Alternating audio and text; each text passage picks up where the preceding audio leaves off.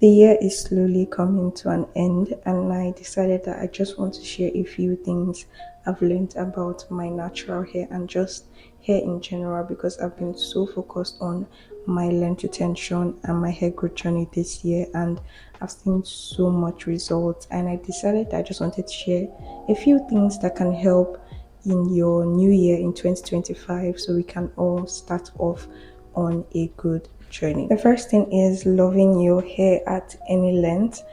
I'm saying this because most people in my comment section would always talk about, oh, their hair isn't growing as fast as they want, or they are not in their desired hair length, or maybe if they get their desired hair length, they'll be happy. And yes, everybody wants to see progress in their journey or in their length retention.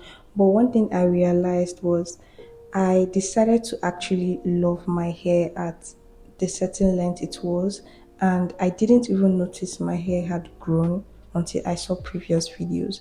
So I cut my hair last year, at the ending of last year, and it was really hard thing to do. But I decided to cut my hair because it wasn't doing, like, my dead ends were damaging my hair, and it was just the right thing to do. And at first it was I had to make an adjustment to actually liking my hair at that length, and most people noticed my hair actually was shorter. But I realized that I was taking care of my hair, my curls were doing so much better. My hair was like, my hair this year has never looked the way it looks now, and it was just changing my mindset and actually loving my hair at that certain length. And I actually grew my hair longer. But one thing I'll say is that just don't focus on your hair length or how your hair is looking. Just make sure you're actually enjoying the journey and just caring for your hair, and trust me, it will definitely show. The second thing is being intentional about understanding your hair. Most people don't actually want to pay attention to what their hair is loving and what it doesn't like. It took a while for me to find products that work well for my type of hair, because this year I realized that I had fine hair, which actually opened my eyes to different protective hairstyles I can try, and understanding the products that work well for my hair, like knowing my hair porosity and buying products that focused on my hair porosity. Most people would prefer to take recommendations and just blindly using it and not doing research. Or if their hair isn't loving that particular product that was recommended, they will think, oh, the person that recommended the product was lying about their review. But one thing to understand is everybody's hair is different. What works for someone may not work for you. So that's why I always say you can take recommendations, but do your research and you can try it out based on your research. If it's something that would work for your hair, you can make that purchase and try it out. But you need to be intentional about understanding your hair, understanding what products work for your hair, what protective hairstyle work for your hair, what routine works for your hair. It really makes a huge difference. And I would really like that in 2025 most people will make this change and being just intentional about understanding what really works for their own type of hair. Recommendations are very good. Getting reviews really helps, but you have to make your own research and do your own research and just be intentional about your own hair. The next thing I want to talk about is actually getting to your hair goals is very achievable. One thing you just have to do is be consistent. Like this year, I didn't have any goal concerning my length. My main focus was just getting my hair to be healthy, because last year my hair wasn't healthy. It was damaged because I was not consistent with my routine, and I moved to a new place, so it definitely showed on my routine and trying to be consistent. So my main focus this year was just to be consistent and making sure that I am taking care of my hair.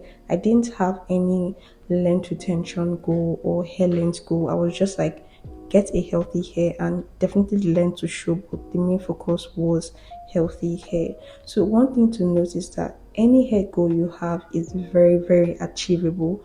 All you have to do is put in the work. Don't say you want this particular hair goal and you're not putting in any work. And what really helped in getting to my current length was protective hairstyle. I came across a video earlier this year, which I'm so happy about, where someone was talking about how she put in a protective hairstyle for 3 months. This helps to reduce the manipulation, the tension, and all that damage and hair loss you can get from taking down your hair every month. You just use it to 4 times in a year, which is actually amazing. I don't know how I never thought of this, but it really changed my hair. Like, I was able to retain the most length I've ever retained in my life.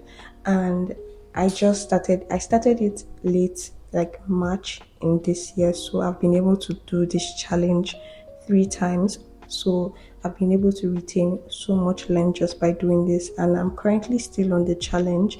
I'm going to be starting a fresh one in January, so you can always subscribe so you get updated on the challenge. But one thing I'll say is that getting to your hair goal is very achievable, and now that we're entering 2025, you want to develop healthy hair habits and just be intentional about your hair.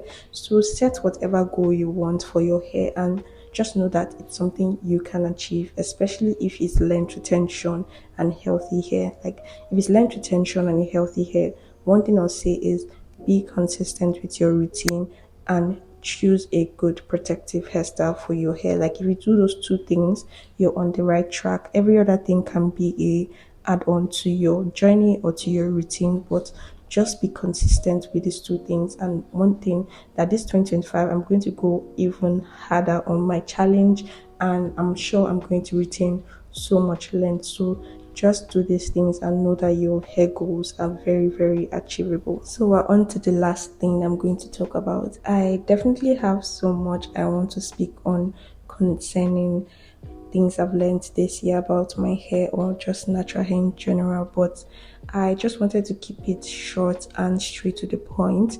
And the last and final thing I'm going to talk about is finding a routine that works with your lifestyle. So what I mean by this is, most people would always say they are too busy for their hair, or they don't have time for their hair, or they'll just prefer going to a salon for someone to help them with their hair. It just helps to reduce the add-on or the stress they have in their lifestyle. So obviously it's very important to have a good routine, but the time to for that routine is also something that you may not have. And one thing I'll say is that if something is important to you, you would definitely make the time. I'm not saying that you don't want to make the time for it, but just squeeze in that 20 minutes. Like, it takes an hour for me to do my routine, and it would definitely take less if I'm not filming the routine. So imagine if you're not filming the routine, you're just doing your routine quick, simple, easy. You'll be done in like 30 minutes, 40 minutes, even less. The only thing that might take up time is your deep conditioning, which takes like 10 minutes in that time. So it's not something that would take time. Like 20 minutes, you're done. So just try and make time for your hair. That's what I'm saying. Making time for your hair is very important. And if something is important for you, you want to get to your hair goals, you have to put in that work. So find something that works with your routine, that works with your lifestyle. If it's when you're doing your shower routine, you can just quickly add your hair into that routine. That can also work. Like, try to find something you can do while you're doing your hair. If it's watching a movie, if it's reading a book, whatever you want to do with that time, just adding your hair care to it. It can be something that can be relaxing for you, putting on a good music, watching a good show. Just make that time. And with that, that's the end of this video. I'll definitely do a recap on all the protective hairstyles I've done and more on the length retention, because I know you would want to hear more about that. But yeah, this is going to be where we're going to stop for this video. And yeah, thank you guys for watching, and I really hope your 2025 would be good and you get your hair goals. So yeah, till my next one. Bye.